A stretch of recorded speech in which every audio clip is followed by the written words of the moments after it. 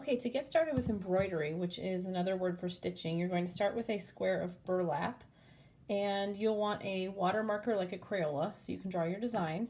Make sure you have a piece of tape with your name and class so that at the end of class, when you put it away, we know it's yours.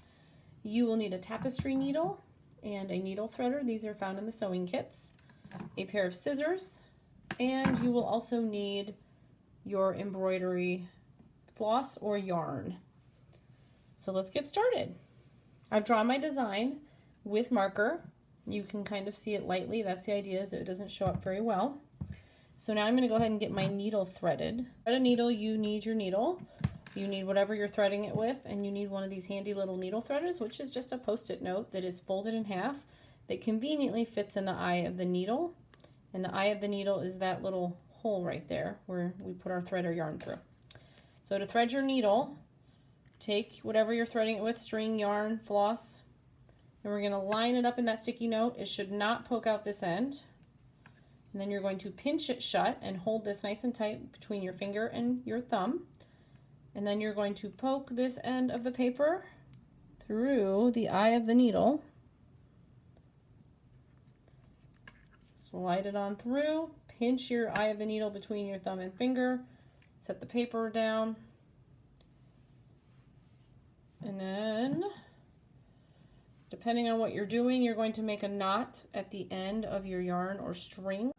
If you're doing stitching and embroidery though, you can go ahead and make a knot. To make a knot, you wrap it around your finger so you have an X. You're going to tuck those loose ends through, twist it through kind of like a pretzel. So it should look like this. Pull it tight.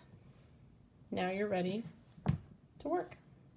When you stitch, start at one end of a shape, and you can start by going through the bottom, and you're going to pull this all the way through, and your knot will keep your floss from coming through the other end of your burlap. You can do some simple just over under stitching. So then I poke up next to that.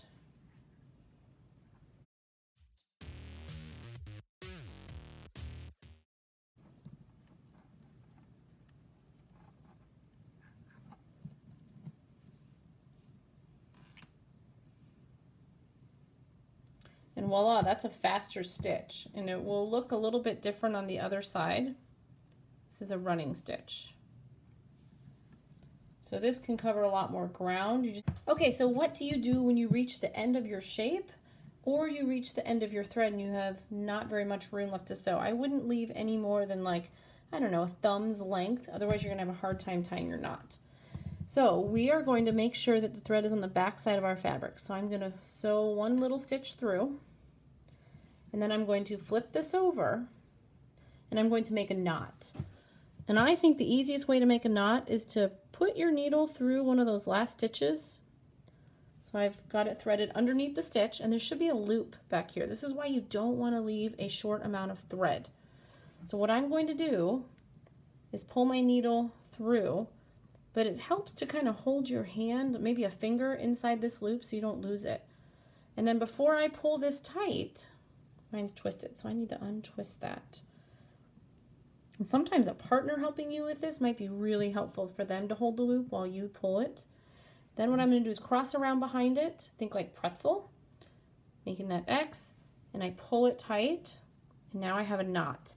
And now I can cut my floss, and I'm going to cut it close to the knot, but I don't want to cut the knot. Now this extra floss, you can put it in the scrap string box in the collage center, or if it's really small, you can toss it. So you're starting from the bottom, and I'm going to carefully poke my needle through the middle of my last stitch. And you should see your floss split in half or your yarn split in half. That's why it's called split. It actually splits it. So I'm going to pull this through. I'm going to make another stitch going through the top.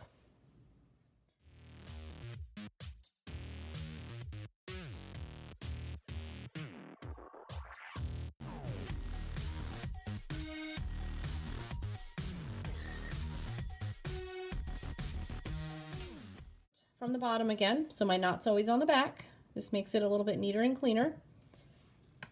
I'm going to pull this all the way through, and I'm going to make a stitch that goes the entire length of this shape. So it goes from one corner of the square to the top corner of the square.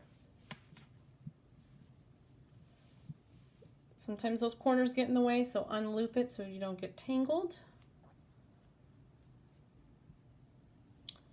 And so to do my next stitch, I'm going to start right back down here next to the other one. There's a little piece of burlap between my stitches, so I want to make sure I'm not stitching in the same place so I don't lose any stitches.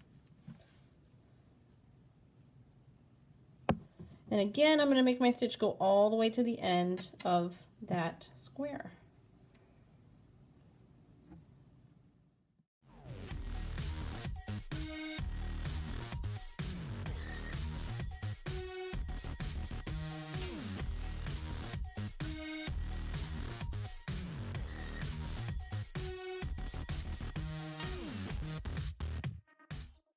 I'm going to show you something called a seed stitch. These are kind of fun because they're kind of random, and they're also a good way to fill in shapes if you want. So I'm going to pull through it and make sure my knot's on the back side again.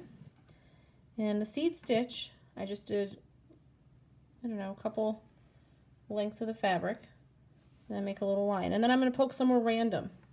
It's called the seed stitch because think of like a random scattering of seeds on the ground.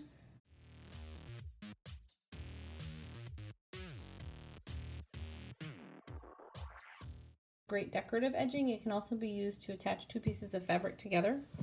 I'm going to always start on the back side of my fabric, like always. Knot is on the back. I'm going to do a loop though, so I'm going to go back around to the back again, about where I did my first stitch. Pull that tight, and now I have a line. I'm going to simply stick my needle through, see how it makes an X?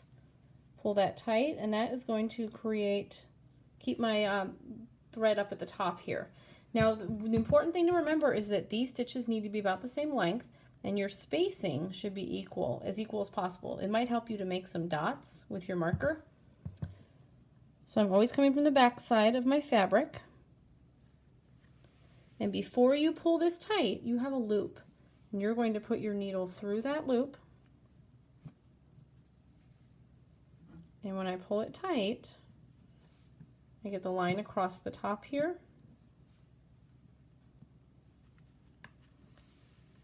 And I am not going to lie, this stitch always throws me for a loop. I get stuck and hung up on this one. So if you're finding this one hard to do, ask for help. I'm happy to come demonstrate it with you.